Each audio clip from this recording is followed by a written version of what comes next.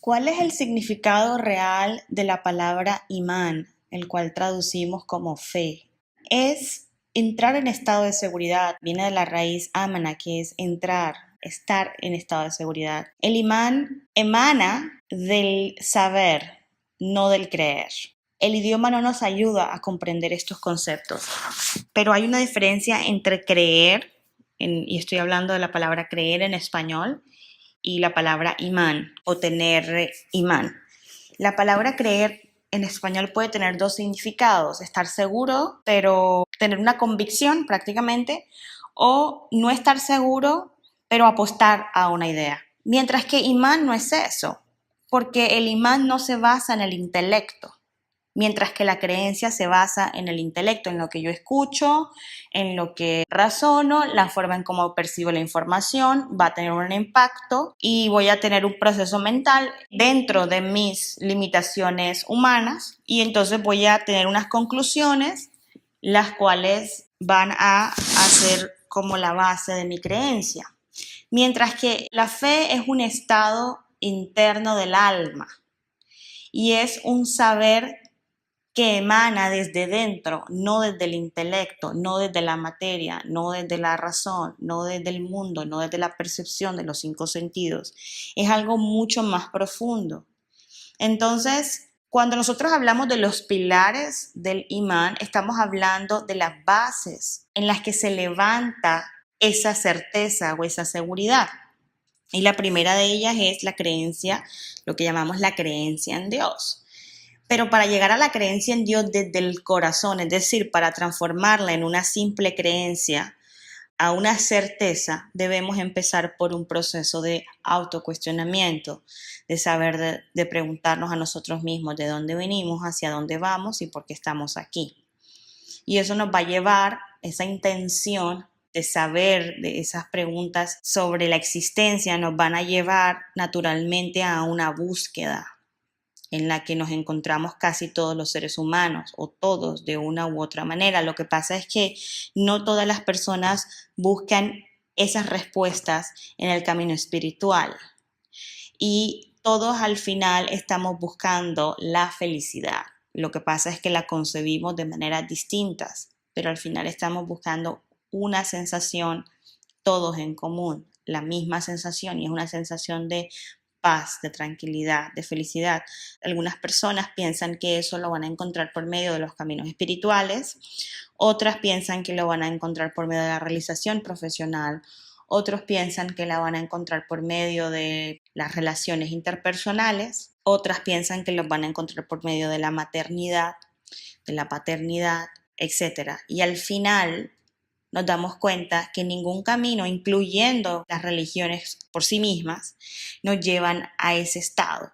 Porque muchas veces, y hago la aclaración, lo que sucede es que cuando entramos en un camino espiritual por medio de una religión o lo que sea, desarrollamos ideologías, ¿no? Y desarrollamos creencias y desarrollamos dogmas y nos hacemos esclavos de esas creencias, de esos dogmas, de esas ideologías, y perdemos la paz tan anhelada que en realidad no la tenemos, por eso es que la perdemos, en el momento en que estamos frente a situaciones que ponen en jaque esa creencia, ese dogma, esa ideología. Y el imán pasa todas esas barreras de lo aparente, porque el imán surge del alma, es un estado interno del alma. Entonces, cuando tenemos ese tipo de cuestionamiento, eso nos va a llevar a una conclusión a la cual podemos llegar casi todos los seres humanos, sea el nombre que le queramos poner, y es válido.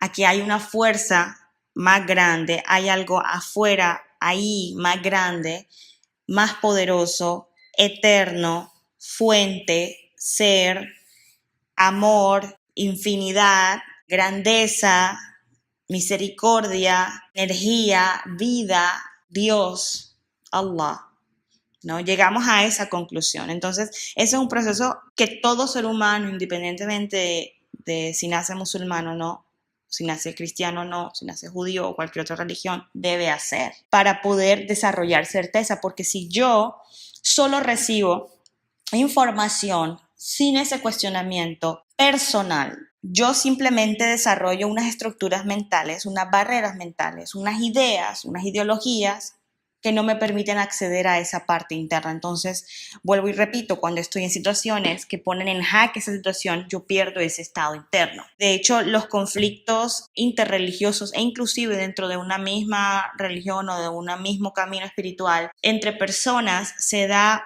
porque esas dos personas que se enfrentan son esclavos de sus propias ideas y conceptos. Y como he mencionado en muchas otras ocasiones, muchas veces no adoramos a Dios, sino adoramos a la idea que tenemos de Él, que es completamente diferente. Por eso puedo defender, o por eso me atrevo a defender y a pelear por ese Dios que yo misma he creado en mi mente, en vez de someterme a lo único o al único que no puede ser definido ni puede ser abarcado por mi capacidad mental humana.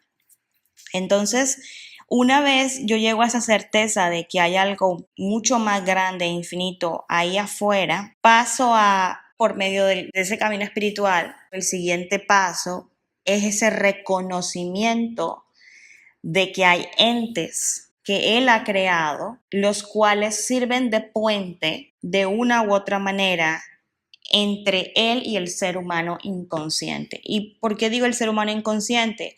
O el ser humano en negligencia, o el ser humano en ghafla, o el ser humano en estado de sueño inconsciente. Porque el ser consciente no tiene intermediario entre Él y Dios. Porque el ser consciente, que es el ser que tiene taqwa, lo conoce. Pero a todos nosotros, los que no hemos llegado a ese punto, porque seguimos buscando, ¿no? De una u otra manera, los ángeles llegaron en esta creación, han intervenido en esta creación entre el hombre y Dios, y también trajeron con ellos la revelación de Dios. Entonces eso nos lleva a una tercera creencia, que es ese ser humano con unos niveles de conciencia tan elevados, capaz de recibir esa revelación divina, que son los profetas.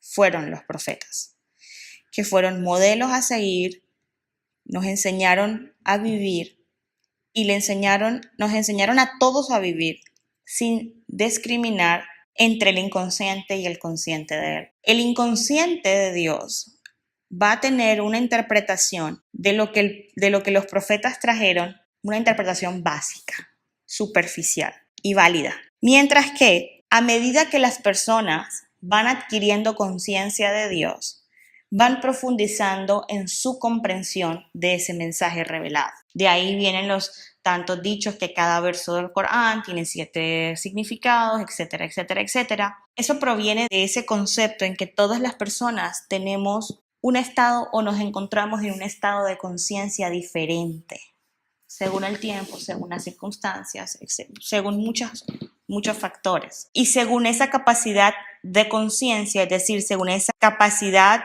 o ese nivel de despertar que tengamos, vamos a tener una comprensión. Y el mensaje de Dios es tan amplio que permite ambos extremos en la comprensión del mensaje.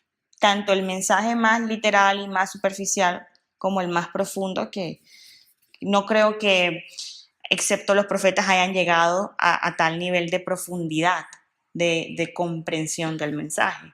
O sea, pero hay, me imagino, muchísimos niveles y cada persona a lo largo de su vida desarrolla un nivel diferente, llega a un nivel diferente según la voluntad de Dios y según su intención de profundizar también en el conocimiento de Dios. Pero es más en el tawfiq que Dios nos da para llegar a esa comprensión. Porque puede que hayan otros motivos menos espirituales que nos lleven a querer esa comprensión, por ejemplo, la fama. Y entonces cuando el ego se interpone entre el hombre y el conocimiento de Dios, ese conocimiento no puede ahondar. Puede llegar teóricamente, intelectualmente, pero no en experiencia, no en ese sentir, no en ese saber, no en ese reconocer, no en ese marifa de Dios, no en ese conocimiento de Dios. Y obviamente, al tener claro que está Dios, que es la fuente, y de ahí en adelante su creación, ¿no? Los ángeles, los profetas, los libros que son su revelación, que es lo que traen esos ángeles a esos profetas. Es la revelación, son los libros sagrados en los cuales yace ese conocimiento que el hombre por sí solo no puede 100% alcanzar, o la mayoría de las personas no pueden alcanzar. Porque en esas revelaciones está el mensaje que cuando empieza a ser profundizado de menor escala a mayor escala, empieza a despertarnos, porque empieza a mostrarnos cuál es la realidad de este mundo, cuál es la realidad del ser humano, cuál es el propósito de los seres humanos. Y obviamente todas estas preguntas no están respondidas A, B, C, D literalmente, ¿no? Así como quisiésemos encontrarlas.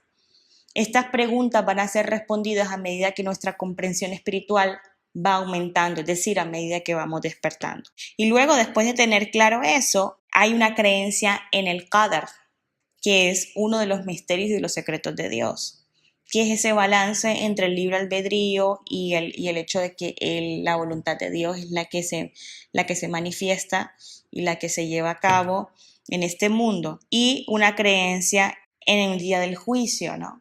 Que es esa creencia en que algún día ese velo será levantado, o esos 70,000 velos que nos separan de Dios serán levantados y podremos ver la realidad tal y como es. Y en ese momento no permanecerá o no quedará ningún ser que haya pasado por esta creación, por este plano, no quedará inconsciente, no será inconsciente, no quedará dormido, porque todos despertaremos, ya sea por nuestros propios esfuerzos de tratar de llegar a ese despertar o por medio de ese día en el que los velos serán levantados.